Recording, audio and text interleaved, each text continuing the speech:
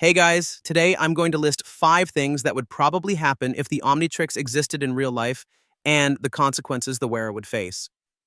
Before we start, don't forget to hit the like button, subscribe to the channel, and turn on notifications so you don't miss any videos. Let's go!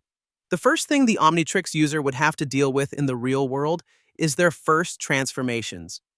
In the classic series, we saw Ben transform into Heat Blast for the first time, accidentally starting a fire and burning the area around him.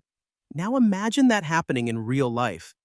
A fire could quickly spread to a house, or worse, to multiple houses or a public place.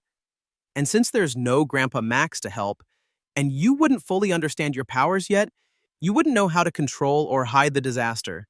On top of that, you'd likely get reported by locals or caught on a security camera.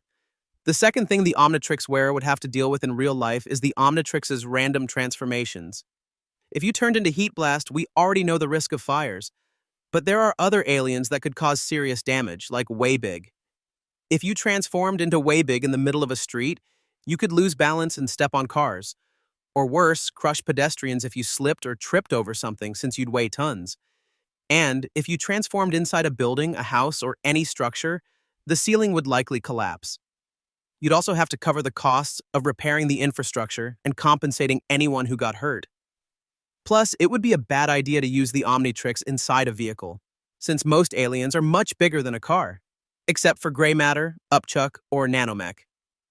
Otherwise, you'd either flip the car over or accidentally launch the driver and passengers into the dashboard.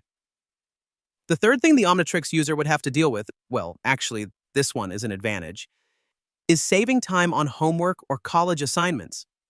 For that, you could use gray matter or brainstorm. However, brainstorm doesn't have fingers to write or type, so gray matter would be the better option. Another benefit would be using XLR8 to travel long distances in a short amount of time whenever you're running late.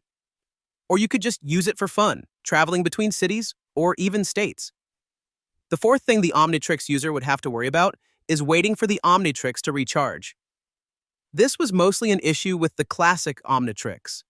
You'd have to hide somewhere isolated, like an alley, a bathroom, or behind a wall, until the Omnitrix recharged and you turned back into human form without anyone noticing. In the recalibrated Omnitrix, this problem was solved, allowing the user to return to human form anytime, of course, in a discreet way to avoid attracting attention. The fifth thing the user would have to deal with is law enforcement. If you were reported, caught on camera, or captured, you'd be studied. Scientists would probably run tons of tests on you and the Omnitrix. On top of that, your family would be questioned, and the government would likely try to cover up the case. Even if you did good deeds, saved lives, and helped humanity, unfortunately, there would always be ungrateful people who would report you. Not to mention, many people would panic at the sight of an alien. If you made it this far, that means you enjoyed the video.